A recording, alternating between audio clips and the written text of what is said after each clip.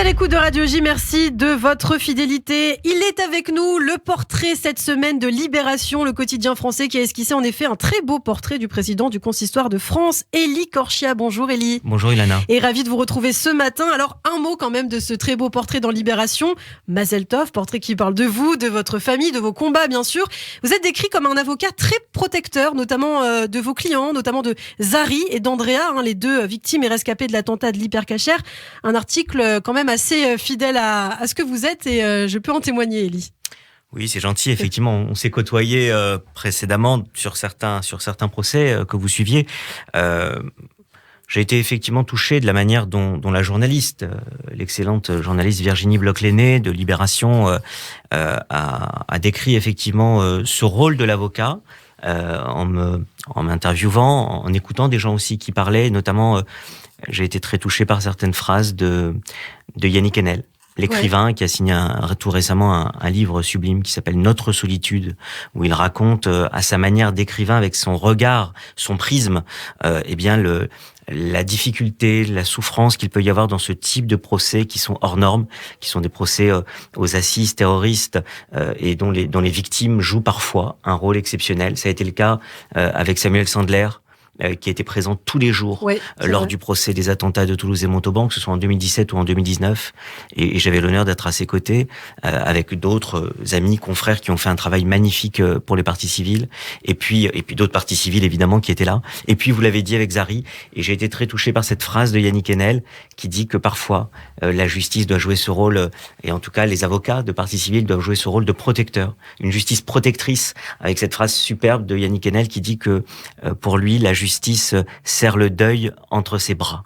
Et c'était effectivement quelque chose, vous l'avez relevé, Ilana, je pense que c'était quelque chose de bien écrit et de bien dit. Alors dans ce portrait, on parle aussi de vos luttes et on parle du dialogue intercommunautaire. D'ailleurs, c'est un de vos combats abordés donc dans cet article, faire vivre le dialogue interreligieux.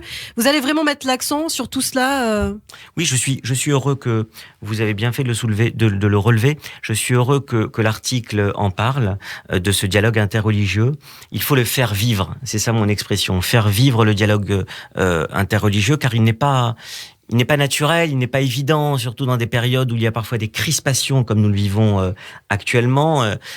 C'est pas évident de faire vivre positivement ce dialogue interreligieux, et c'est important. Je cite la magnifique soirée, la conférence qui avait été, et c'est rappelé dans l'article de Libération, dans le portrait, la magnifique soirée qui avait été organisée par le consistoire de Lille, présidée par mon ami Guy Bensoussan, que j'ai fait élire tout récemment dans mon bureau président de la commission, une commission qui est la commission culture et événementielle. Eh bien, il y avait 400 personnes dans une synagogue pleine à craquer, avec des musulmans, des catholiques, des protestants, le grand rabbin de France, Raïm Korsia.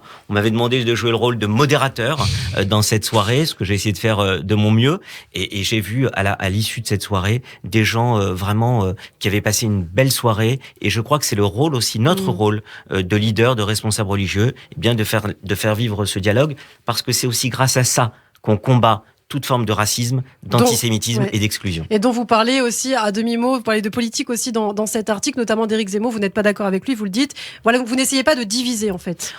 Oui, et surtout ce que je dis bien dans l'article, c'est que moi je n'ai pas été élu pour prendre parti politiquement, et je ne le ferai pas d'ailleurs, je n'ai jamais fait, je suis quelqu'un d'apolitique. Mais quand il y a des déclarations, qu'elles viennent d'ailleurs de la gauche, on a vu récemment des propos de l'extrême gauche, alors de LFI, de la France Insoumise, c'est très régulier, mais on a même vu quelqu'un qu'on apprécie de façon générale sur des combats qu'elle peut mener, notamment contre l'antisémitisme ou dans la lutte contre le négationnisme, et par rapport à la Shoah en tout cas, comme Anne Hidalgo, qui avait comparé les juifs des années 30 aux musulmans d'aujourd'hui. Exactement, en reprenant exactement, mais mot à mot, des phrases de LFI de la France Insoumise prononcées de façon régulière. Pourquoi je dis ça ? Là, quand il y a des déclarations, et c'est comme ça que je l'ai dit, d'Éric Zemmour, qui peuvent choquer, notamment sur certaines périodes de l'histoire, sur certaines thématiques qui nous sont chères, comme Vichy, comme Dreyfus, comme la Shoah. Je parle même pas de ce qu'il avait pu dire sur la famille Sandler, sur Pétain. Eh bien, sur ces thématiques-là, eh bien, on ne peut pas rester silencieux. Il faut dire les choses, et c'est pour ça que ça a été dit. Et vous avez eu raison de le faire. Alors, comme chaque vendredi, on va terminer par un conseil lecture, un livre que vous nous présentez ce matin, que vous avez beaucoup aimé, je crois, Jacques Chiffrin, un éditeur en exil aux éditions du Seuil. Tout à fait, Ilana. C'est un livre qui m'a été soufflé à l'oreille par mon épouse, comme souvent, et vous l'avez dévoré en une seule nuit. Dont le groupe Facebook sur la littérature est toujours instructif. Le livre, hein. Oui, que j'ai dévoré. Vous faites bien de le dire. Oui. Ce livre est exceptionnel. C'est un livre d'Amos Reichmann, qui est un jeune historien enseignant, haut fonctionnaire de 30 ans, et qui fait un livre sur Jacques Chiffrin, qui est le fondateur de la Pléiade. Et ça fait vraiment le lien avec ce que nous disions il y a quelques minutes sur Pétain et sur le régime de Vichy, parce que c'est quelqu'un qui est né à Bakou, aujourd'hui capitale de l'Azerbaïdjan. Donc nous étions à l'époque de la Russie impériale, on est juste avant les années 1892, et dont le père était jeune docker, a fait fortune ensuite dans le domaine pétrochimique, qui va devenir donc un éditeur, après être passé par Genève, après être parti ensuite à Florence travailler chez un éditeur d'art. Il arrive dans les années 20 à Paris, il va devenir éditeur, et il va fonder. C'est lui le créateur, le fondateur de la Pléiade. On lira plus un des fabuleux, magnifiques livres de la Pléiade avec ses couvertures en cuir, ses bordures dorées. On lira plus un livre de la Pléiade sans penser à Jacques Chiffrin, qui en est le fondateur et qui en 1940, après les lois votées par le régime de Vichy, par Pétain, va recevoir une lettre de Gallimard qui a racheté en 1933 donc les éditions de la Pléiade et pour lesquelles il travaille, et qui reçoit une lettre de comminatoire de Gallimard qui est retranscrite dans ce livre. Elle fait 3 lignes. Je vais quand même vous la lire, cette lettre de Gaston Gallimard. Avec plaisir. On voit comment une vie peut s'effondrer en 3 minutes. Monsieur, réorganisant sur des bases nouvelles notre maison d'édition, je dois renoncer à votre collaboration à la fabrication de la collection Bibliothèque de la Pléiade. Il est entendu que votre compte sera réglé selon les termes de notre contrat. Veuillez croire, monsieur, à mes sentiments distingués. C'était ça le régime de Pétain. C'était ça qui faisait d'un homme qui avait fondé les éditions de la Pléiade. En 1940, il a déjà publié plus de 60 volumes de la Pléiade.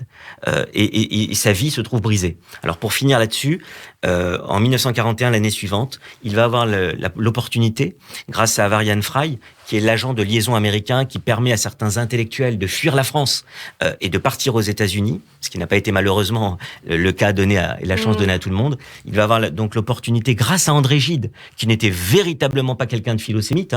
Il a quand même dit à la fin de sa vie, André Gide va mourir à quelques mois d'écart avec Chiffrin en 1950. Il dira, c'était le seul juif pour qui j'ai eu de l'affection, c'est vous dire.